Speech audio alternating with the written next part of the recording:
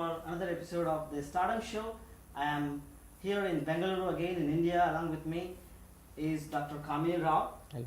a very well-known endocrinologist, should I say? Gynecologist. And also awardee of Padma Shri, the highest civilian award in India, and the medical director of Milann hospitals, and specialized in assisted reproductive technology. Yeah, that's so nice to have you, doctor, on the show. Thank you very much. And here we are. First, I'd like to ask you to share a detailed account of your journey so far. I'm sure it's a very wonderful journey. Let's start with your journey with a transformative story or a phase where it transformed your life, and how did it all begin, and how did you do all you do today? Well, I think I'm the middle of a family of 5 children, and all of us used to see my father, who was a very big doctor. He was a gynecologist himself. Wow. And his dream was to see that all his children become doctors. And he kept dinning it into our head that there is no other profession noble enough as a doctor. And this is what kept on, and you're in that very early age, when you see patients go in crying in labor and they come out smiling. And I always used to wonder, because he used to have a clinic also in the residence. And after school and before I got into doing my homework and all that, I used to wonder what was my father actually doing with these patients. And they would come with a small tummy, then a big tummy, and then after some time no tummy, and then they would come back. So I used to ask my father, what are you doing? He says, these are all little babies. They're growing inside, and I would like to sort of nurture them, see that they have no problems. And that's all he used to tell me. And then he used to say, then where does the tummy disappear? So he says it goes to the hospital and they take the baby out over there. So this was just some basic things that my father used to put across to me. And I've always wondered, it's such a lovely thing to bring in. This is the only condition where a woman goes in pain and comes out smiling. And there's a beginning and an end to this pain. It's not like other pains where you don't make a diagnosis, and then eventually you have a pain in the abdomen and it could be an appendix, and then you operate and the patient just comes out. But here you get 2, that is both the mother and the child both healthy. She starts with pain but she comes out laughing. So I always felt that this labor pain is one unique thing that actually bonds both the mother and the child, so much so that connection is even before the umbilical cord is cut. Has been a 9 months journey in the uterus, and therefore I've always felt, yes, I must pick up this subject and I must take it forward. But when I actually saw my father doing it, there was nothing else other than my father's initiation, saying you must do it, you must do it. And those days, you're young and very, very influenced, and I was very much influenced by my father, I must say that. But this continued through my schooling as well as into my college. I didn't change my thought process at all at any point of time. And that's also because of the force that my father and the influence my father had on me. After getting into medical college, I found that yes, it was going good. Even then, I thought of, said to myself, yes, obstetrics and gynecology is the field for me. I'm not going to take up anything else. So that's how I am now an obstetrician gynecologist with a special interest in infertility and assisted reproductive technology. Amazing journey so far. And as you said, labor pain is something that people actually look forward to have. Yes. Instead of other pains where they want to get rid of the pain. So, Dr. Kamini, what would you say if I ask you this question? What 2 or 3 events that mostly shaped your life so far in your journey? I said the first thing would be when I was in school, and I was a very shy person, introvert to be more precise, and I've never wanted to face an audience, and I've told myself why am I not doing it? And whenever there used to be anything in school, I always used to shy away from it, till one day I was made to stand and would give we had to actually pick up from a lucky dip, any topic extempo, pick up the topic, and they give you 5 minutes to prepare, and then you've got to stand there and talk 5 minutes. So this was like a 5-minute episode. I didn't realize 5 minutes was so long when I stood on the stage. It looked like almost a day. So when I picked it up, I had a talk on a very simple topic. Those days I was in the 10th standard, and They said Mahatma Gandhi. I mean, these were topics to see what is our grasp on the subject. And I stood there and I couldn't get a single word out of my mouth. I stood there in front of the mic, clutched the mic, smiled at everyone. Everyone laughed, and I didn't know what to do. I just kept quiet. And after the 5 minutes was over, they clapped, and then I got down. And on a marking of something like 100, I scored 10, so which was obviously a disaster. But I was wondering why I got even 10, and I was asking myself. They said the power to stand in front and not say anything and still not cry, and to wait till your time is over and then get off the this thing, even though your mouth didn't work. At least the courage was there. Absolutely. So then I told myself, I think that was a very fair trial for me. I could actually do something. So that was the one thing that told me that since I have it in me and I have to speak, there's no way. I started practicing. The belief in me became much stronger after I faced that failure. So they say that success teaches you more. Failures also teach you a lot. Absolutely. And I started with a failure, and I'm very happy I did that because I don't regret it anymore. Absolutely. So, what other one or two phases of that you can remember that shaped up your life so far? Well, I had a very bad accident Oh, really? on my back, and during that time I was in a plaster from neck downwards till my thighs, and I was bedridden for 6 months. And the doctors had told me, and I was in my second MBBS then, the doctors had told me, forget about your career, I think you may be confined to a wheelchair. So I said, okay, fair enough, I'm confined to a wheelchair, but so what's wrong with my hands and my head? That's working. So I was trying to dissect out every organ in my body and its function. I said, okay, legs don't move, I can be on a wheelchair, but I can still go and do medicine. And then I told myself, every time I was on the bed, if somebody gave me a glass of water or food, I realized the value of that only when I was lying there in bed. Because we take so many things for granted in life, like the housekeepers, like the drivers, like everybody else. But when you realize when you are helpless and you're lying there, even a small action of that changes the way you perceive those people. The empathy towards patients and the understanding of other people's problems when they have had a mishap, like for example lost a baby, etc. I realized from that particular time of those 6 months that I was lying in bed that everything my mother and father did, I actually put values to it. Would I have done this? Would I have done that? And then I told myself, it still doesn't matter, Dad. I'm in medical college. I have to complete it. So then he said, yes, fair enough, please go ahead and we'll all support you. And it's sad that everyone, when you are in a kind of less of a physical health, people start pitying you, which is what I didn't want in life. I never want pity. I would like to have a bit more of challenge. So I told my father, don't worry, even on a wheelchair, but I will do medicine. And 6 months I was away. And a whole lot of my friends from St. John's Medical College, where I was studying, used to come home, and they had taken it in turns. We had only 60 students there. They had a rota put, who will go and see Kamini. So at least about 2 visits or 3 visits in a week I would get from my friends. All the notes that they had written would be brought to me. And my father had put up a contraption on my body where I could actually keep a book and I could read. So what happened is that I always used to, that was the time when my entire concept of life changed.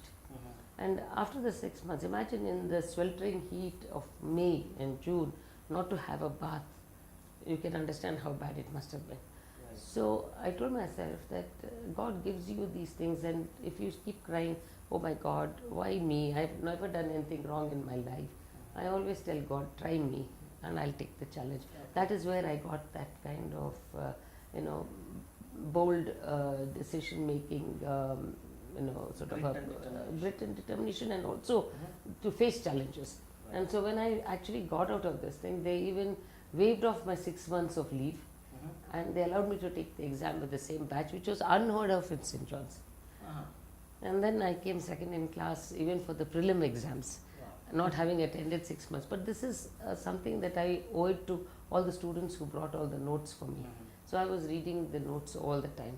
So in fact, I think, society, community, in a way, has played a very important role in my personality development. After I passed out and I went in, I think I've always been doing well. I have been a good student, and the management also understood that. So they never actually detained me, and I was able to clear the course at the same time like anybody else. So this gives you some kind of insight as to how to understand in suffering how would a person feel. Right. It's by going through suffering yourself, and then you'll know what it is. Absolutely. So now you have chosen assisted reproductive as your specialty, and you're very well known for that, and you have seen tens of thousands of people and so happy mothers and parents out there. What is it, that one thing that you do for them that nobody else can do, or perhaps you're best at helping your patients? I don't think that I'm the only one who can do it. I think there are very many people who can do it. But what appeals to me is to be looking at a problem which is a medico-social problem. Okay. So it is not only a medical problem. There's a very intricately, interwoven into this medical problem is the social fabric as to how we perceive infertility. And infertility is, perceived as a curse. So people did not look at it as a disease. Right. They looked at it as a curse. And when you look at it a curse, then that woman has got no chance of escape, because they didn't think of it as a disease. Just like a cold or a cough or a typhoid, if you could think of infertility as one of those diseases, then perhaps the mindset would have been different. Correct. But here what happened was, I thought this is a medico-social problem, and this is an individual problem, not a population problem. And I think for each and every person, the quality of life is absence of physical and mental disease. And people forget the mental part because she goes through hell in the family. Absolutely. And she's never sort of welcomed in any of the social functions. So I think, people forget the mental part. So when that is forgotten, you feel that this is a disease in the kind of proverbial way that the public will perceive disease, that you have to be coughing, you have to be sick, either you've got to have fever. Infertility doesn't have all that. Any of those. So therefore they say that you are well and you are cursed. Now how to take the thing out? So I thought, let me do this and let me get it through. So when we had a run of successes, people started believing in it. And today I am very happy to say that couples come. It's not only a woman coming or the mother-in-law coming. I think the old adage of the mother-in-law is the worst enemy of the daughter-in-law is wrong. Because there are some very good mothers-in-law who will look after the daughters-in-law very well. And I think, now that the husband also comes in saying that it could be his problem. Absolutely. And it could be her problem. So I see more as a first visit couples coming in, which means that there has been a paradigm shift in the way people think. So giving this kind of a thing, that there is an involvement, it's not your problem, my problem, it's our problem. And once we go through this, then the diagnosis becomes easy, treatment becomes easy. When the mind is open and acceptable to advice, then anything is possible. And I would say that the happiest gift that I get from these people is the fact that the smile on her face when the baby is born, and also to have the husband by the side. I sort of forget all the kind of tiredness I've had, and it just disappears from me. So therefore, I would say mental fatigue is worse than physical fatigue. If there is mental fatigue, then I think you need to change what you're doing. But if it is physical fatigue, then the challenge is there, that if the mental fatigue can be taken out, which is by doing something which has got novelty in it, then the physical fatigue disappears. Absolutely. So I've never been tired doing medicine. I've never been tired treating patients. And I've always said that if I occupy the seat where I occupy, and if I have to shout at a patient, then I should be ejected from that seat. I will do something else, but I will not be there. So till today, I have never shouted at any patient. That one thing I will never do, because I see God in all these patients. And instead of going to temples, etc., I think doing this work is very important for me, and I feel very happy. Even if it must have been the 10,000 or 30,000 baby that I have seen today, I still get the same pleasure that I got when I got the first baby. So which means that satisfaction will never go. I'm hungry for success, and I'll continue to be hungry. And I'll always want to be hungry. I'm never satiated. Right, right. Absolutely. Because Dalai Lama also once said, like, if you find the meaning to your life, that is enough to get you out of the bed every morning, Absolutely. irrespective of what you do. All right. Let's talk about your message, Dr. Kamini. Like, what is your message to the world as such? My message is never give up. I mean, you may have a few of the negatives or setbacks, but they're all temporary. They could be like the potholes. And therefore, I think what we need to do is to, rather than sit there and ponder, try and take a plan B to move forward. And if the doors close, the windows will open. It's only that we have to find where those windows are. And if that can happen, believe me, you don't need any kind of reservation for women. I think when the woman comes forward to do something, there will be a lot of other women to support, so also men. The problem here is that if you say the bottle is half full, then it is positivity. If you say it's half empty, it's negativity. So if you start the bottle with half full, that means the first 50%, it has to be from you. It cannot be from community, because the community is waiting to see how sincere you are in what you do. And once you have come to that stage, then the other 50% is a roller coaster ride. Now, you will never know where you will get the help from, but it will all come and just things happen. So, or to all my friends, colleagues, and all the people who are watching, please never give up. Women don't need any reservation. Women is the superior race, and we are able to do a lot of things and multi-scale. And I think this is what we have to use. The power is within you. You don't have to seek for power anywhere. Thank you. Absolutely. Thank you so much for that message, Doctor. It was so nice. It resonated with me, as well as I'm sure with all the people who will be watching this video. Now let's talk about your mission in life. Like, what is it that you have as a mission in what you do, what you want to do? I know you have already accomplished a lot, but is there anything that you're trying to? I think if you say you've completed a lot, I think you limit yourself. You've done a lot. Okay. You never have done a lot. Every day is a beginning, and I would never think that I have done a lot. What I do say is that infertility should be by choice and not chance. Infertility should not become a bane, it should be a boon.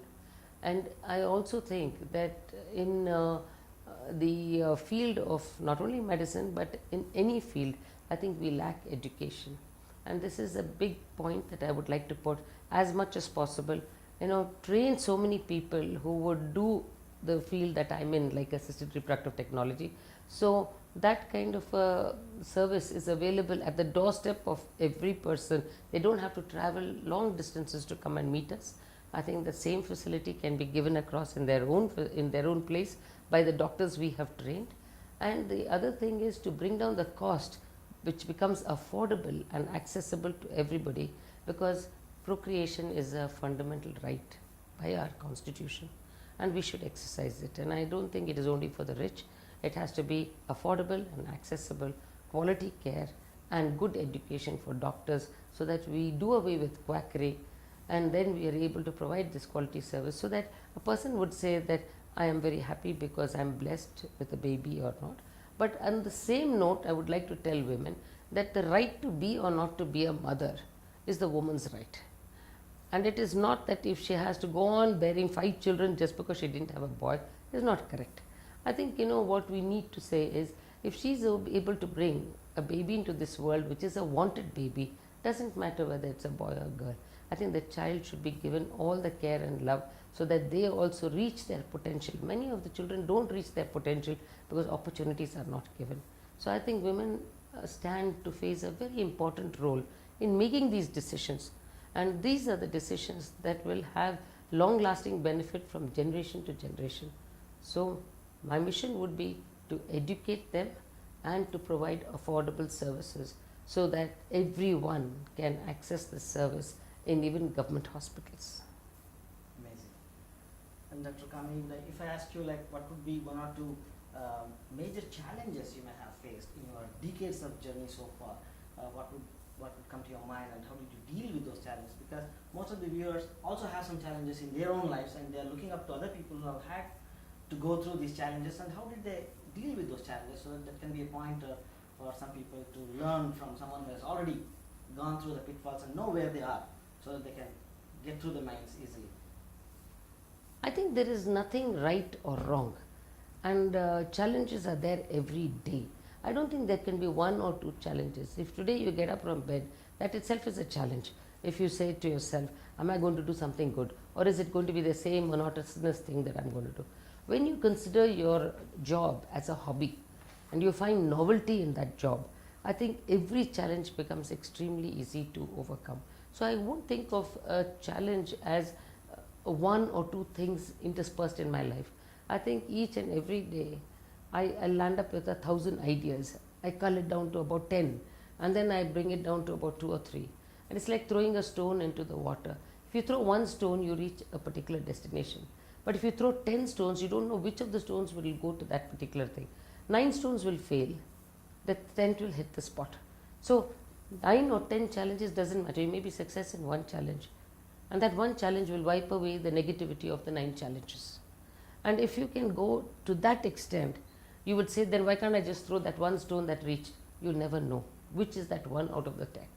So do not expect success in every opportunity, but every challenge gives you the rich experience to not make the same mistakes and to go forward. So as you go through challenges, you start evolving as an individual, start becoming a little bit more detached with a whole lot of material comforts. Stick your neck out, stick your leg out. Do not put only one leg on the bank and one leg in the water. You'll never know how deep it is. People fail in their challenges is only because they've not made the right attempt, and they've not made it long enough. They've not persevered. So you really want to study, you really want to work, then put your life and soul into it. Why will it not happen? Of course it will happen. Because many a time when I decided to go way back in 1981, going into the UK, I only went with my ticket, and I had not even got 4 gold bangles on my hand. And I didn't even know where I was going to stay, etc. I said, it doesn't matter. You can't make a plan till you're 90 years. You have to make the plan for the day and move forward. Challenges will come, you will overcome the challenges. But if you're a person, if you want to know how many steps you have to walk to work, and you cannot, suppose you see a pothole and you just sit on there, then that it becomes a challenge for you. Right. I do not want to say that challenges are only 1 or 2. Challenges are every day. And challenges is how you actually manage them. If a challenge is overcome and managed, then you're managing the stress in a beautiful way. So why should we think that the challenges only come once or twice? It's an everyday thing. And once you go through it, you become a beacon for other people to follow. And I think we owe this to our society to overcome challenges, whatever it may be. Because we didn't try enough, we failed. I won't believe in anything else. You try more. You don't know how close you are to success when you turn back. It may have been just around the corner, and you will label that as a failure. And I will say this is my stepping stone because I'm going to go harder onto that. And if you do this is what I did in IVF. When I came into Bangalore, there was no IVF of sorts. Yeah. Absolutely. Nobody even knew how to clean the floors for IVF. But I told myself, if I have to find it out, then I have to clean the floor myself. So I wore a white dress. I told my staff to clean up the room. And then after that, I rolled on that floor just to see if there was any dust on my white dress. I took the white dress out and started looking at this. And to that extent, I had put my heart and soul into it. Believe me, when I did it, then everyone started doing it, meaning to say that they were cleaning up the place the way I wanted it. And if you don't give the right ingredients for success and you get a shortcut to success, then that is short-lived. If you've got the right ingredients, definitely you're going to get the success. So just keep this in mind. The problem is in you. The solution is also in you. Do not look for walking sticks when your legs are okay. Well said, doctor. That's so nice. Do not use the walking stick when your legs are... Fine, you're You always don't looking have to for a use walking crutches stick. at all. Yeah, You don't need crutches. absolutely. Doctor, what 3 qualities do you think are required for success in your profession? One is knowledge of the subject. Of course, yeah. Then there is compassion with the patient, so that you make the patient understand in a language understood by them. And the third thing is commitment. If you don't have the commitment, you're not going to succeed. But commitment with compassion is one thing that is very important, with a strong knowledge behind it. You can't fool people all the time. And I think it's important that you have to have that knowledge before you go out into the public and start treating people. Right. Now you have built this huge organization, your medical center, the IVF center, and I want to know, like, how do you find people to work in your organization that are as passionate and as committed as you to work, and how do you find such people, or how do you train, or do you find people who are already committed, or do you get people and then train them so that they also follow your philosophy? The one thing that is important here is that you can always build a beautiful infrastructure. However, in spite of building this thing, unless you have the good personnel to run it, you are going to be a failure. So therefore, way back almost in 2000, I decided that I should have an educational trust, and through the educational trust I started teaching students, and through the students I was able to learn even more because they brought in fresh knowledge and I was able to teach them and they gave me the inputs as well. So together the entire program was a great success because both of them were a win-win situation. I learnt more from them and I imparted my experience to them, and today I can proudly say that over 200 doctors have been trained by me, and today if I were to put in a call to any of my doctors and say, look, I need a doctor to come in, I'll have n number of people. So therefore most of the IVF centers will not have this kind of rich personnel bank, as I would call it, and this bank just swells, grows and grows over here, because even today as I see a program that is being done in the auditorium downstairs, most of them are my students. So when I go, I see a whole alumni of BACC students. So it makes me feel nice that as a result of my having given a little bit of service to them, they've been doing so well all over the country. And I think the same students are there with my clinic as well. They're heading the different units as well. So I don't create a bottleneck. The one thing is to give them good education and then don't give an opportunity for them to grow. What I do here is I give them education and then give an opportunity for them to grow, not as assistants but as colleagues. So the day they pass out, they become my colleagues, and therefore we all learn together, and therefore I do not find any kind of deficiency or a kind of difficulty in hiring people, because they're all actually trained by me. Wonderful. That's a very cool way of handling things and getting your philosophy into the people that you actually Absolutely. want to work with. Because when they start working with you, they will obviously pick up your philosophy and your life Absolutely. mission as well. So now the most important question, work-life balance. How do you manage? The most interesting question perhaps for the viewers. I think the first thing, please understand, for everything there is a place. One is family time, time for yourself, and time for your profession. I think most of the time the professional time eats into the family time rather than the other way around. I maintained it right from day one when I practiced, that I would give X amount of time for my profession and there will always be the family time. So I think I don't regret, because I did not socialize too much. I was either with the family or I was with the profession. And I feel that today, to all my youngsters or my people out there, I would say never ever allow profession to take over your family, because when you become very successful and you're standing there receiving awards, there must be enough of people of your family to stand there and clap for you. And you will never have that if you've done it, because I've always told even the doctors in my clinic that you must give time for the family. I never put only one person in the clinic so that the burden becomes too much on her or him. I always have two people, and I say, take your time. You've got annual leave, so you're getting pregnant now, so you just go ahead and take time. So all my staff feel very nice about it, because I never tell them, you come back fast because you have to work, or the clinic misses you, etc.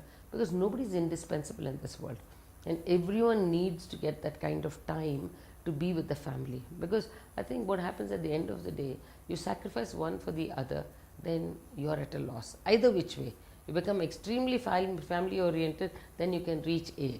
But if you are extremely professional, you achieve B. But for you to achieve a balance of A plus B means you've got to give equal time to both. And I can say with my hand on heart that I have not compromised my family time. And I certainly like to ask all my youngsters also, young colleagues also, please don't compromise family time with this. So even today, I would say that the family will come first for me, and I would like the family to be there with me when all these successes come. With this, I also, the viewers could also understand that Dr. Kamini Rao is also good in algebra, like A plus B. Yes. As well. Right, Doctor. What are you passionate about personally? Of course, beyond this profession, what do you enjoy doing in your personal free time? Well, I love gardening, one, and I love listening to old music. I love nature walks. I love to go across to forests, and many times I become a company with myself, and that kind of solitude is required at some time when you want so many thoughts to be bouncing over in your mind and then culling it down. So these are the areas where I sort of like to spend time and be by myself. So a bit of time for yourself is also important apart from the family, and doing what you like best. Of course, I love listening to songs. I don't have a great voice, so I can't even aspire to be a bathroom singer. So it doesn't matter. At least I can listen to good music and enjoy that music. Right. Doctor, another important question I wanted to ask you was, you're considered or known for a pioneer in IVF and assisted reproductive technology. So can you tell us, like, what was considered as classical, and now what's happening right now in this technology, and what is going to happen in the next few years? Your take on that? I think it's still an emerging field. So there's no such thing as classical as? I don't think it's classical as such, like because the classical will be the women that came in and delivered and went.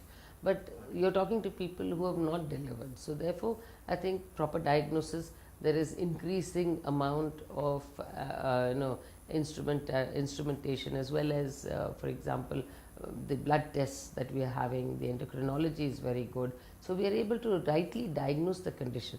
See, the infertility assisted reproductive technology doesn't mean that everyone needs it. Right. You have to understand who are the people who need it. 10% of infertility is only due to psychological disorders. So which means to say, even calming and counseling them, telling them about the physiology itself will give them a pregnancy. So I think, one, we've got to say that from that end, now we are coming to a stage where we look at an embryo. That means we've picked up the egg from the woman, we've taken the sperm from the husband, we actually make that into embryo. We're able to study the embryo, which we couldn't have studied earlier.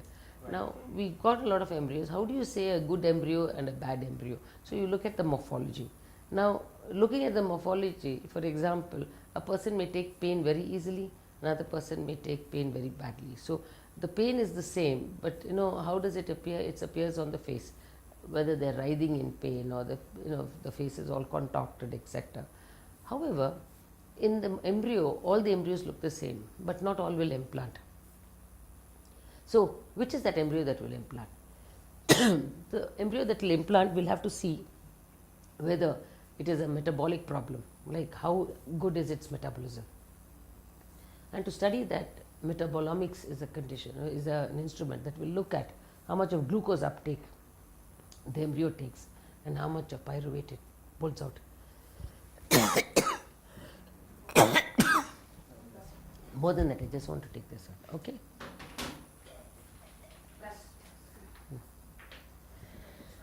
Can I read this out? Yeah.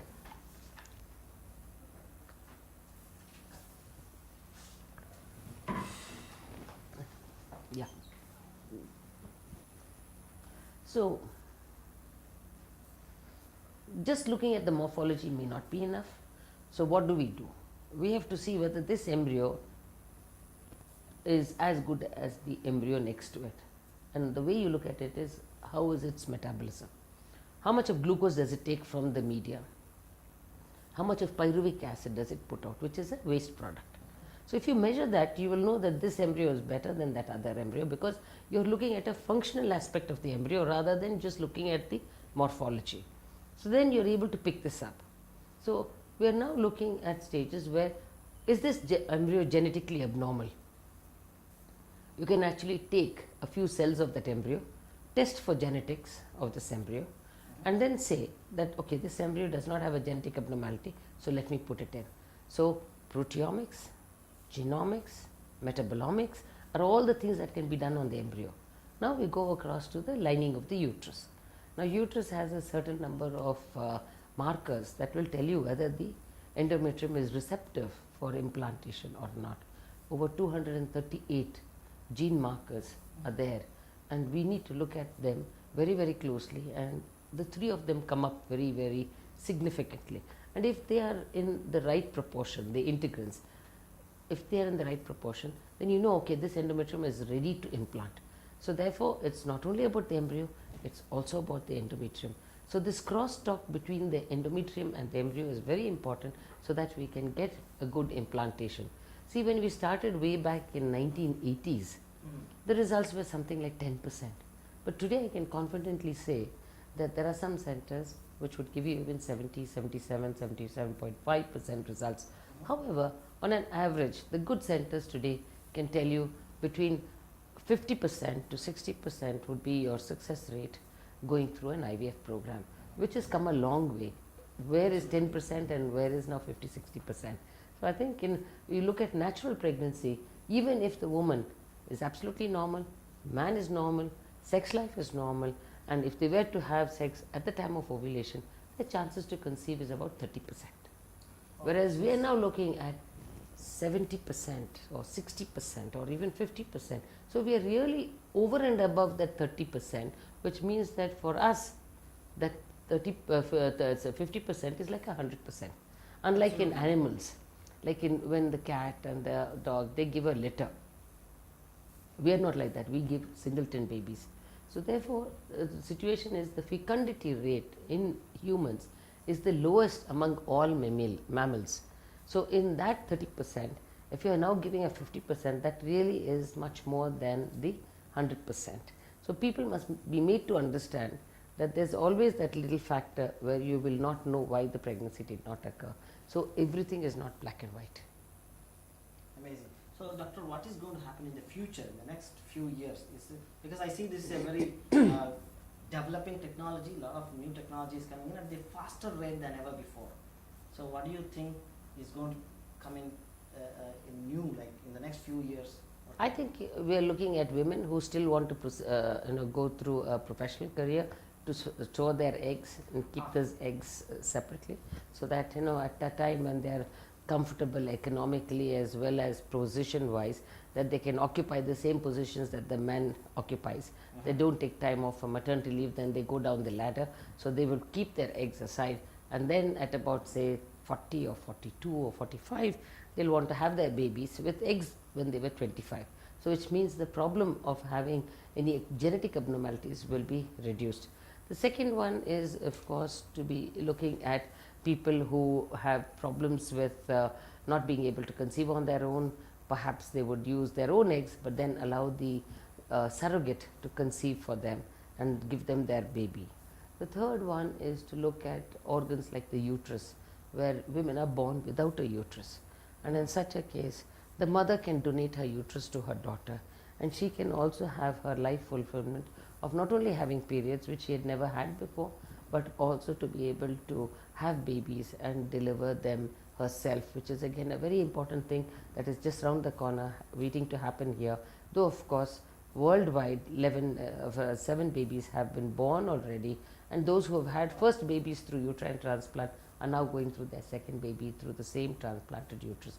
So it's a very important thing for us to understand, and also time will come when we would not call it maternity leave but paternity leave. Why? Because we would be able to get the babies in the man as well. So wow. If you're looking at male pregnancy, then that's not far off either. So all things are possible, and I think we are in a very exciting phase as far as assisted reproductive technology is concerned. And Dr. Kamini, I also want to know whether you're into any non-profits or trusts or other social organizations that you're involved in. Can tell us about that. I think I have a foundation which is being formed at the moment called Kamini Cares Foundation. It's spelled with a K-A-R-E-S, basically, just to give it a little twist. And in this foundation, I've always been intrigued by the genetic disorders that affect a lot of babies that are born here, and trying to see two aspects. One is to map them, and the second one is to see how these will be prevented in the future generation. Mm. So to do this, I think if you take an example of hemophilia, we have approximately in the state of Karnataka itself 900 families which have already been identified. Oh. Now around the family, I think we need to do a screening program to see who are people who can have this problem, and so that we sort of warn them that they don't meet people similar with that kind of problem to marry, so that an affected baby is born. These are called recessive conditions. So which means if you give them a card, like either you give them like your blood group card, for example, a driver's license, and you stick at the back also that you are a trait, like a thalassemia trait, or you're a carrier for hemophilia, then these are the things that you can give this lady. So when they are trying to get married, particularly in an arranged marriage, even in a love marriage, if you are able to show the card that you have this card, then you can be a little careful and not marrying a person who has the same kind of trait. If you stop that, then theoretically affected babies can be eliminated in the coming generation. What do you do for the affected children? Now the affected children, I understand, also are in the age group when they can reproduce. And if they're going to reproduce, then you must make sure that they will not be burdened with another affected child. So in this case, we can actually take the eggs out of this person and the sperms out of the partner, make them into embryos, and then check the embryos for this particular defect, and only take these embryos which are not affected and then put it back into the uterus. So what you are actually doing is trying to delete this kind of abnormality from again happening. So you are trying to give a new life to this family which had suffered for so long, because I know and you know how difficult it is to bring up a challenged baby and into this particular thing and the growth of this child. So in this thing, as far as the blood disorders are concerned, I think I will be focusing in this foundation to be doing this kind of a thing, so that we can take it as a pilot project in Karnataka and then take it globally. So this is what I think we would be doing. And of course, there will be a lot more activities that we will take up, but this is the one that has been very passionate with me, that I need to put this across. But we will also take other projects that will come, but they must be health related. If viewers have any questions for you, how do they reach out to you? I think there are two ways. One is info@drkaminirao.com, and the second one is drkaminirao.com. Amazing. So thank you so much for being on the show and sharing your perspectives. Especially, I think I'm personally excited about the new things that are coming in, and all the expertise that you shared, the insights that you shared, and your entire journey that you shared with us. And especially the three things: the mission, the vision, and the values that made an impact on your life, and one that you are putting across as well. Thank you very much for the show, for coming up on the show. Thank you so much.